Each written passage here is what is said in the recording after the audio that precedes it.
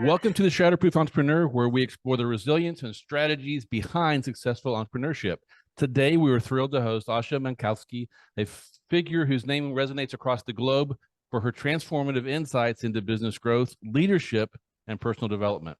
Recognized by Forbes and celebrated for her influential talks, Asha's approach to business mentorship has crafted pathways to unleashing the potential for small business. Asha, welcome to the show. Thank you so much, Scott. I'm really delighted to be your guest today. And as I got to know you and preparing for the show, I looked at your social media and stuff like that. And one of the things that you talk about is how to unleash the potential of a small business. And so Yes. what does that mean? Do you remember what Zig Ziglar said one time? And I'm going to paraphrase because I don't exactly remember. That you can have everything in life or business, what you want, if you help other people have what they want. Very good.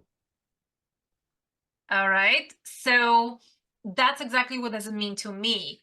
I noticed over time, over my 17 plus years working in business, basically, which turns out to be my passion, not legal avenue. That I was also an attorney for 12 years, so Right. I have a high appreciation, not so much high love for I got it.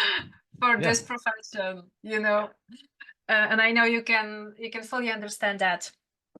But I've noticed that I really attract people, clients, companies that want to make not only great revenue, money, scale their business, but what they really want to do is to contribute to the world. So impact it in a global way, right?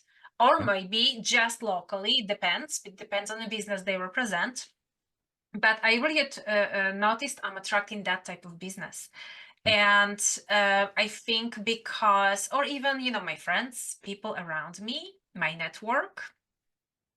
So I think that exactly what was my aha moment in life, what I really meant to do and how, on a big scale. So how did that transition happen? I mean, it's not all often that I have another lawyer on the show. We've both been through the fire, but you transitioned after 12 years to speaking and consulting and coaching. How did that transition happen? You know what? Very naturally, actually, because when I was 21 and I was at law school, my parents basically didn't want me to work. They gave me an opportunity. Okay, you can be either an attorney or a doctor, right? That was my two options in life. Polish parents, overachievers, right? And my mom was a professor of medicine for many years, so hint, hint, what she was suggesting. But when I was 21 years old, I built, scale, and sold multiple businesses just to have an outlet, just to have a creative outlet. And that's when my adventure with that started. So when I moved to San Diego, I had to go back to school, obviously. I met my American mom, I called her. She was my law professor. She was a dean in my law school. And it was so funny how we got acquainted, because she said, oh, I am an attorney and I have a master's in PR and journalism. And I said, oh my God, I am attorney and I have a master's in PR and journalism. So we became best friends. She became my mom, so to speak. And I really continue my adventure for 12 years, being an attorney in Texas, so all the stuff that we don't like, but actually It's very necessary, as you know. Yep. As a business lawyer, taking care of people assets, and protecting their business, it's extremely important, especially nowadays, especially with the intellectual property laws that are being violated all the time, as you know, I'm sure. Yep. So what happened, basically, she encouraged me. She said, I know you're good, I know you're great, but this is not your passion. What is really your passion? And I said, you know what, business is my always my passion. I was so good and natural in that, and she really believed in me all the time and encouraged me to focus on what I really love. And as an attorney, especially in family law and taxes, I really didn't feel I'm making the impact I can Been there. in the world, right? Right, exactly. So you completely understand my path. So I said, okay, what I can do that I'm natural at, it gives me the spark in the morning. I can inspire others, show them that it can be done, right? And basically that was my start. And I remember I worked in a probate office. We had multiple law partners, right? And they said, well, call yourself whatever you want, but can you please still help us with our marketing, sales? Because what I helped them with was, okay, how can you not just being paid by hour, right? Because attorneys, it's like a being in service. You are, when you work, you are getting paid, right? So I help them put together maybe packages, different branding, different approach to clients.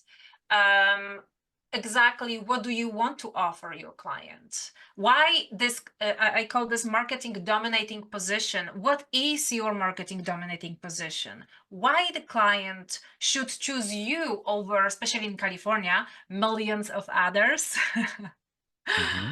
Right? So they said, well, call yourself whatever you want, but can you please stay with us? So they became my first clients, right? Wow. But we already had this factor of know, like, and trust in place. So that's how it started for me. Yeah.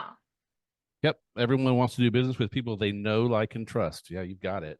That's very interesting. I didn't realize you had been in Texas. So yeah, we have a lot in common. Yeah, my journey. Yeah, we do. My And journey you know what? is very similar. Yeah, and I will ask you in a second. And I also did profits, not, my goodness, profits, probate. So we had a lot in common. Yeah, we're You actually, said your journey was very similar. yeah, we have a probate case right now that I'm hoping is one of my last ones. I've been over the last 12 yay. years working myself out of the court system because I love being in court. It's fun. Yeah. I don't like the preparation and I don't like the courts having control over my schedule. So I have pulled away from that and we're 98% out of there, which is great. In my journey, about 12 years ago, I decided that the practice was broken and I needed to fix it. And so we shifted away from hourly billing and created our own subscription plan for small business owners. And then we do Voila. flat fee packages. I decided that if everyone else has to put prices on their work and then live with it, I should do that too. And so everything changed for us. And then I started. I'm actually the official small business lawyer for the Ziegler Company, and so I started getting into coaching. Oh my goodness. And so my path has changed to where we still have the law firm, and I think I'll have it for a long time. But I also do consulting, coaching, and speaking because I want my influence to be greater. And I work with speakers, trainers, and coaches because most of them, there's some trying to take advantage of people, I guess, but most of them, their whole purpose in life is to make people better and help people. And so if I'm helping them, then my influence is exponential. So like you, it's like I want to help people that are trying to change the world and make the world better. And so it's a lot more fun to get up in the morning when you're doing that rather than litigating and doing things that really sometimes seem like you're tearing the world down, or you're just not really giving a lot of value to the world. You're just churning hours for dollars. And so I applaud I you for making agree. that I change. agree. Yeah. So, And likewise, because we're helping the same audience, so to speak, and clientele, which means my first clients, besides professionals like doctors and attorneys, were speakers, coaches. For many years, I was on the board of directors of associations for professional coaches, consultants, trainers, speakers, and whatnot.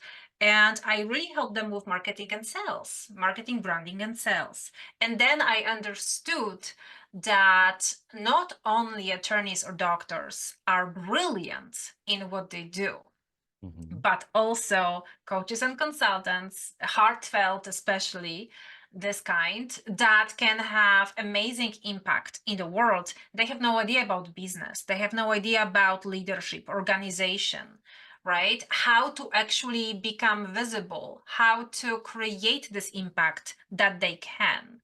And I've noticed, okay, they became the best kept secret in town, so I have to said speak, that. versus the big, I've said that about myself. Yeah. See? Mhm. Versus being the top influencer, right? That actually has a great value and impact in the world because Yep. they have the value that they, contribute to the world. So that's why, I said, all right, you guys going to be my second in command, so to speak, my second group that I absolutely love to assist and help. And I've created many like masterminds, communities, business academies Yep. that I still have for groups, right? That where I'm not the one that know it all, obviously, but I have a really fortune to attract a lot of brilliant people that I can facilitate their growth, in what they do, get them the visibility and profitability too, because I know people want to talk about spirituality, but this is very important because the change starts inside, but the profitability, not revenue, the profitability will help you change the world, right? Will help you contribute to many causes that you believe in, create scholarship, foundations, Yep. so that's also important. Yeah. In order to be generous, you have to have more than enough, which means you have to have profit. Yeah, That's a right. lot of people get hung up on that. You've got to make more money than you need if you want to be able to give it away. That's it. That's Yeah. right. And I always say that sometimes clients come to me and they, I make 6-7 figures a month. I'm like, fantastic. In revenue or profits? Oh, profits. I mean, revenue. What do you mean Revenue. profits? I'm like, let me tell you. Yeah. Yeah. You got to, that's the other axiom in business is that you have to charge more for your product or service than it costs to deliver or make it. And I see a lot of people in my business and practice that don't do that. They confuse Right. cash flow and revenue with profit. You run into that a lot? Yeah. Yes, I do, because when I know that it's a client for me, when I can ask him a question or her, okay, what is your revenue? What is your profitability, right? What are the expenses? What are the percentages of your client intake, leads, conversions, transactions, profits? If we talk this language, I know we can scale because we have some common ground here, some common denominator, right? We can optimize a lot of things over there. But if I have to explain a lot of this, as definitions, then I'm like, okay, let me. Yeah. There are Good. so many things that we need to know. And you know what? We all came from startups too. We all came from that lack of experience. So I completely get it, because we also had to learn to be at certain level of business acumen and business growth, right? Right. So how do you, so if you go in, you're working with a new client and they don't have any key performance indicators, they don't understand whether they're making a profit or not. How do you help them? What does that look like? You know what? Actually, I look at business very holistically, right? So first, I do, so to speak, an audit, which means I can, check their leadership. What about their systems, maybe operational? What's the profits, revenue? Because they have a data. Even if they don't have KPIs put in place, they do have a data that we can gather this information. Or when I explain what is what, they can actually put those things together.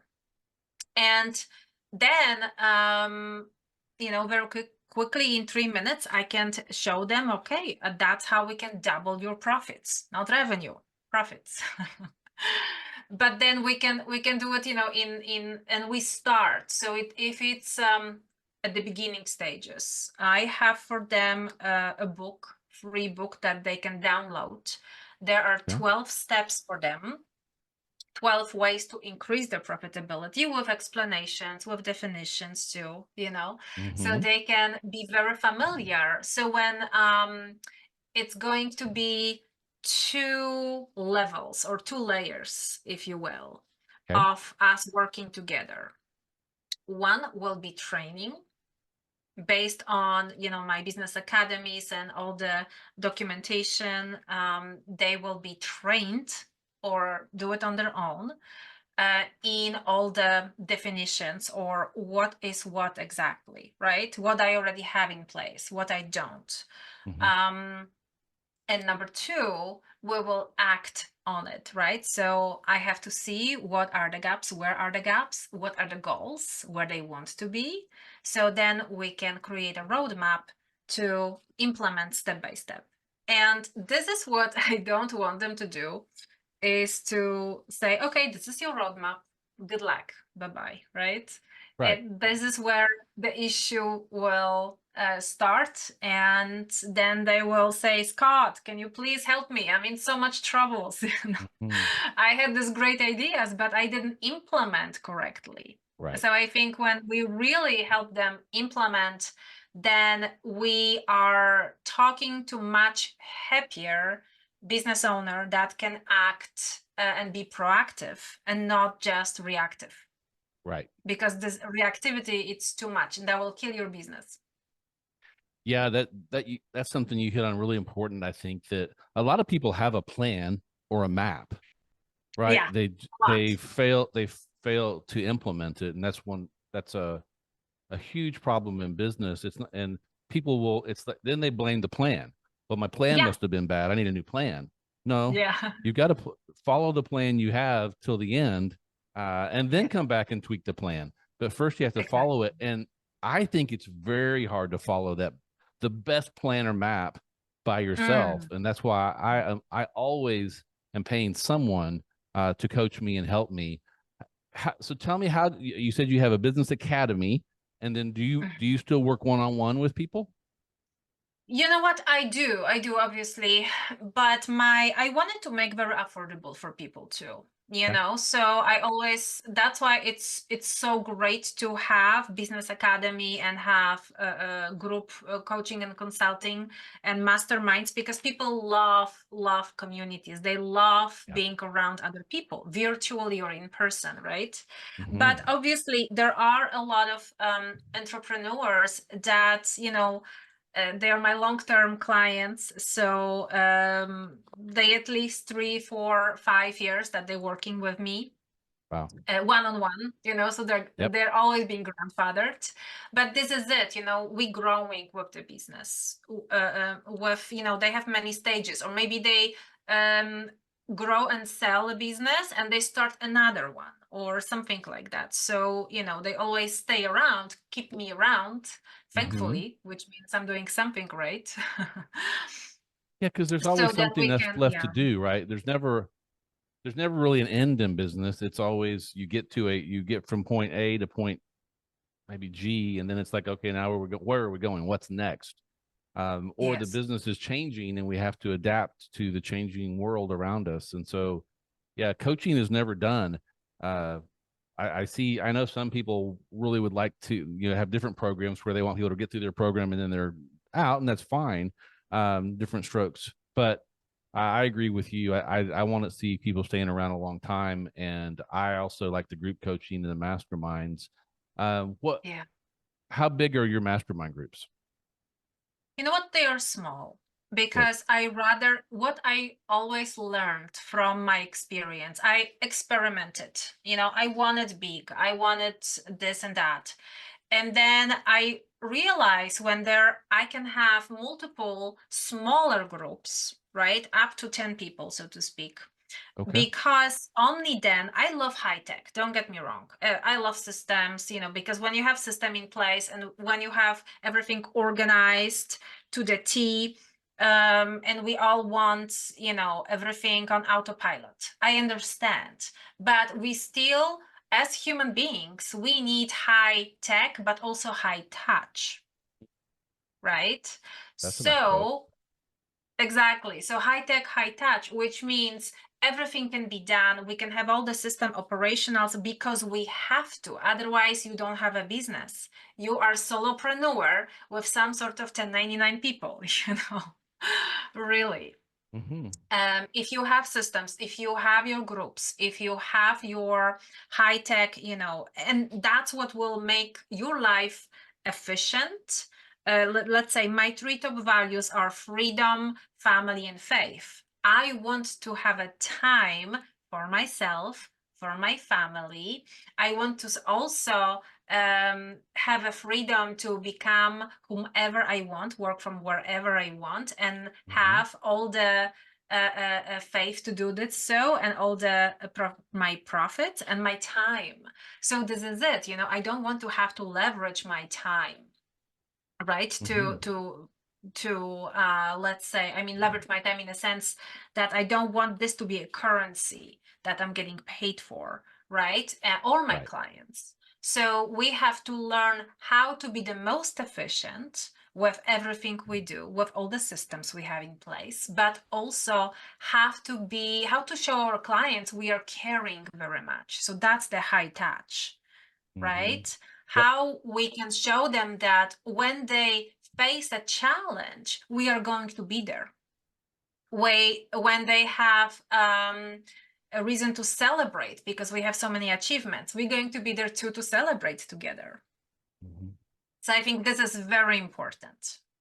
Hey there, it's Scott Reed, cutting in for a quick moment. If you're enjoying the podcast and finding value in our discussions, you're going to love the Access Plan.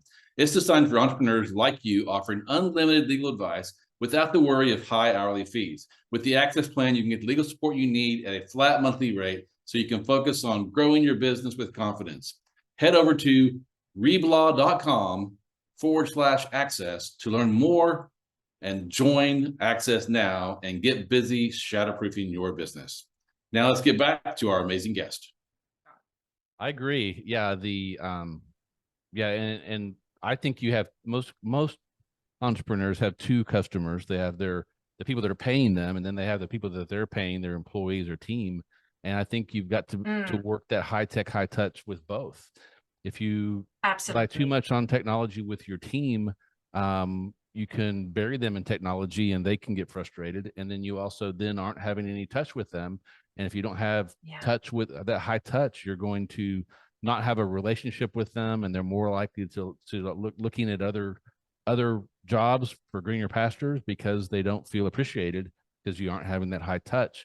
And so I think that's one of the huge challenges that we have, is trying to balance that to make sure that we're delivering quality services or products to our customers and building long-term relationships.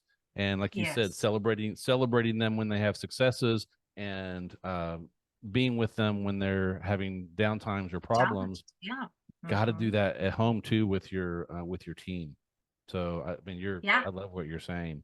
You've mentioned faith several times, which I love. So I know. yeah, this podcast is about how faith intersects with business.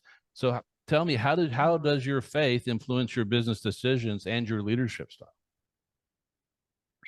You know what? I think faith is basically everything, because I was very, very fortunate in my life because I was guided, and I had this faith and confidence in myself. And I think we are never alone. When we just trying to, that's how I noticed. When I thought, oh, I can handle everything on my own, right?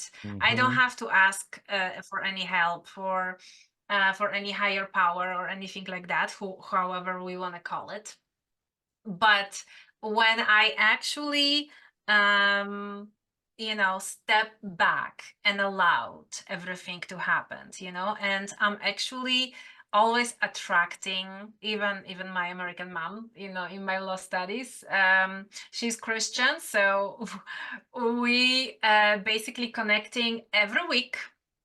She's waiting for me soon also to connect. Okay. She's going to be in Texas, by the way. She's moving there Okay. to meditate, to pray, to connect together. She always have a huge faith in me as well. So I think right now, when I noticed that, I realized I want to ask for guidance first before I do anything. Before I talk to any client, before I accept client, before I go anywhere, I ask for help, and I always receive it. I always receive the words of wisdom that I need to share, the insights, and I'm always feeling supported. And I always know, when they said, when you don't ask, you don't receive, right? So I always ask and I always receive, because I know I will receive. So I think my faith always did and always will play a major role in my life, business, everywhere. Wow, that's huge. Yeah, I hope you all heard that she said she's actually praying and asking for guidance before she takes on a new client, right? So Yeah. I think a lot of us are just taking every client that will sign up. So are you are you actually putting that in front of God and asking for guidance on whether that's someone you should bring into your company? That's Yes. huge. I applaud you for doing that. That's something that I kind of can lose sight of because we get busy, right? I mean, our team is filling up our calendar with potential clients, and we do those meetings and we go through our sales pitch, and they sign up. And so sometimes we're not being mindful about, is this someone that we really are supposed to work with, and asking God for that. So thanks for sharing that. That's how you work. That's so cool. You know what? Many years I study because I love science and I love neuroscience as well. So I study neuro leadership. And I implement the neuro leadership into many of my business practices and clients too. So it's very important. That's why I don't accept everyone. I have applications and I have a process to get to me. So that's why, your audience will be also invited to go through my process, and in the end we will mention what is that exactly. Yep. But it's so important to make sure that you accept people and clients that will bring so much great accomplishments and great energy into your world. Because think about this. If you hire someone, or if someone is hiring you, you interact all the time. It's very important to attract people that are having the same values and virtues that you do and your company do, right? They call this a company culture and whatnot. Yes, we can call this that way, but also from the energetical point of view, it's extremely important, because then you will really make a difference, right? But if you have different values, you have a different, maybe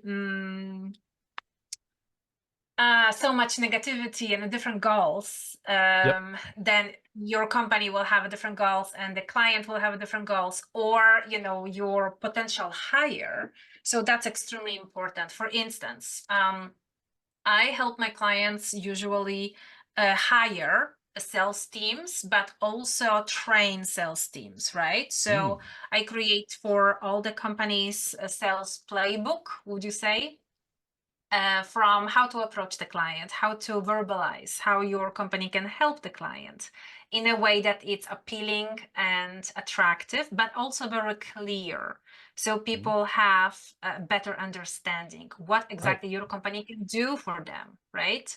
So as you know, and what's in it for them, what kind of results they can expect. So that has to be very clear and verbalize, with a lot of faith as well and conviction. So in the results. So obviously when I hire this men and women for sales roles, it's also very important that during the interview, obviously with the business owners, that we interview them together. But it's very important that these people will represent the values that we do, that they will have in heart to maybe stay longer, grow this company, believe in their product, service, or whatnot, because this is the loyalty. It's not only clients' loyalty that is important, right, and valuable, like a lifetime value of a client that we all love. Yes, that's important, but it's also who are you doing this with? So lifetime value of your employee, or even, however you want to call it, it's extremely important too. Because, many of my clients came to me in a situation that they're, small corporations, or so, below 50 people. When, oh my goodness, they are not staying, I'm investing so much in this and this employee, I'm teaching them so much, but they're not staying. What is going on, right? So like, okay, let's start from the root cause of the issue, not in the end when they already hired and we have to have an issue and problems to even deal with them, because they don't want to change, they don't want to innovate, they don't want to implement what's necessary for the company's success, right? Because they just are not aligned, right? So this is, for instance, a great idea, great start when to ask for guidance. Because think about this, if you have salespeople, if you have anything out there, this is your reputation, right? So these people represent you, your business. This will be your first touch that the client will have, first exposure, and we do not have a second chance to make the great first impression. That's right. That's right. Yeah. Wow. Okay, you said something earlier of neuro leadership. Neuro leadership. Yes. What is that? What is that? Well, so it's a science, obviously, in leadership, how really, human brains is connected to our business, to our leadership, and how to become the leader and not manager, right? What type of communication should you have with your team? What type of influence should you have, and how, right? So is it a conflict resolution? No one teach us. It's a part of it, right? So let's say, as we know, in a brain, we had the flight or the fight or flight, first answer, right? So how not to get into any of those from either not only your client, but your own team, and a freeze, because that's what people don't know about, right? So sometimes our employees get into those three reactions on anything what's happening.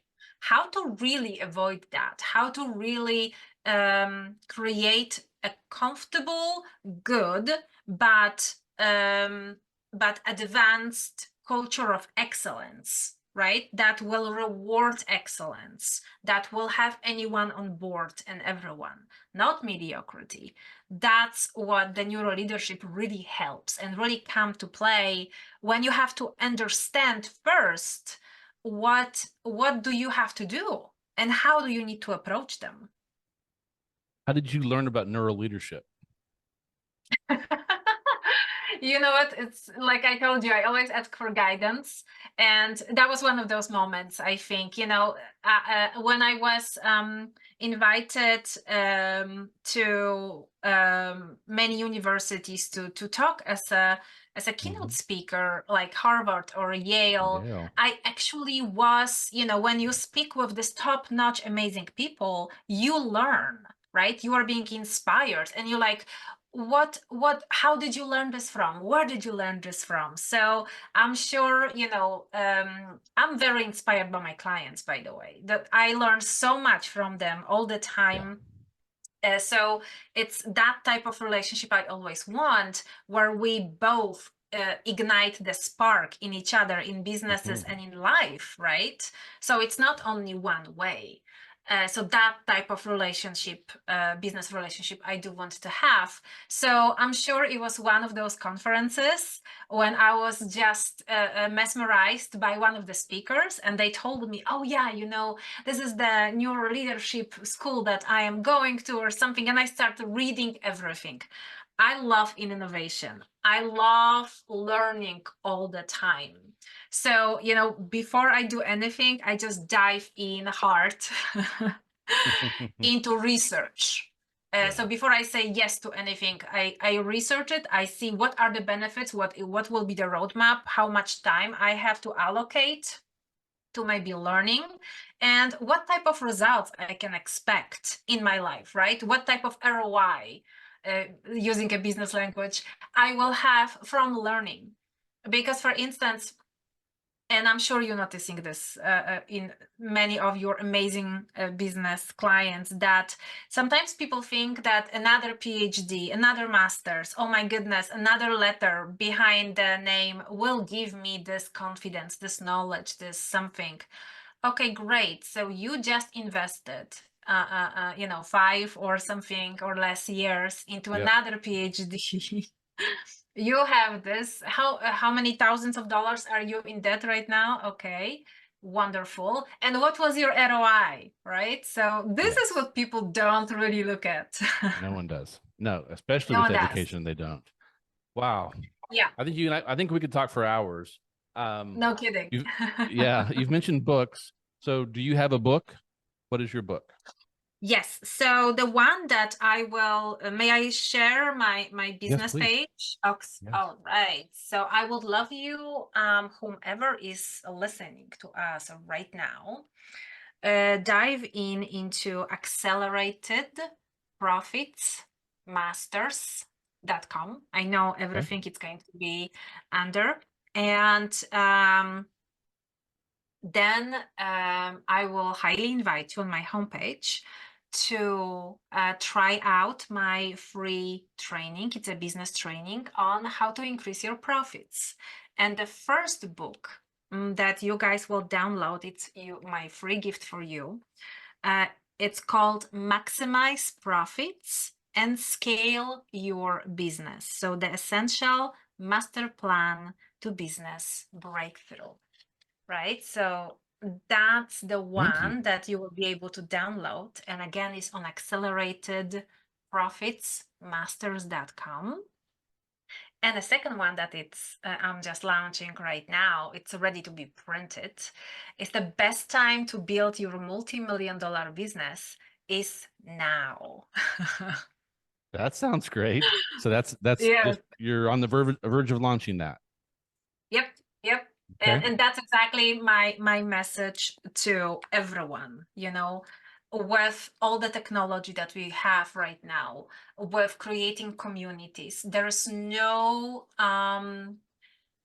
longer much of excuses. I really feel that when we have a message, when we have a mission and vision and passion to share it, and especially if that will contribute to bringing more freedom to the world and changing and contributing I really believe that the time to create also multi-million-dollar businesses around it is now, because it's highly needed, right? Right. Wow. Well, thank you for sharing all that with us and making those things available.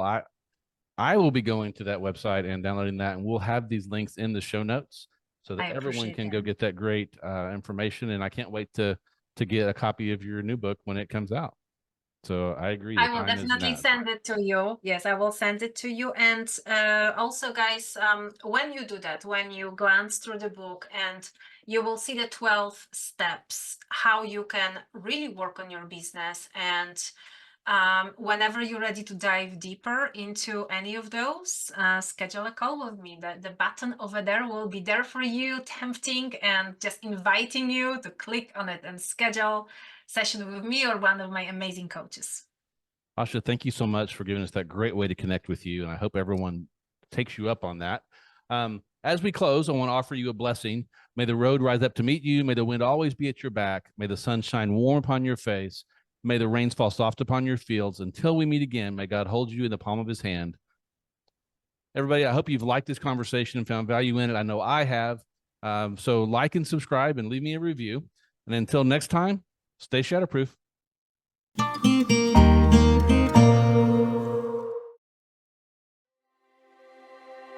This podcast is for informational purposes only and should not be taken as professional advice. While I'm your host, Scott Reeb, and a lawyer, I'm not your lawyer, and this podcast does not establish an attorney-client relationship. The views expressed by my guests are their own and not mine, and they may not even reflect the opinion of the Shatterproof Entrepreneur podcast. So we strive to provide valuable and accurate content, but we make no representations as to the accuracy, completeness, or suitability of any information to your particular situation, and won't be liable for any errors or omissions for the application of them. Always consult a professional or in the respective area that we've discussed before making any personal or business decisions.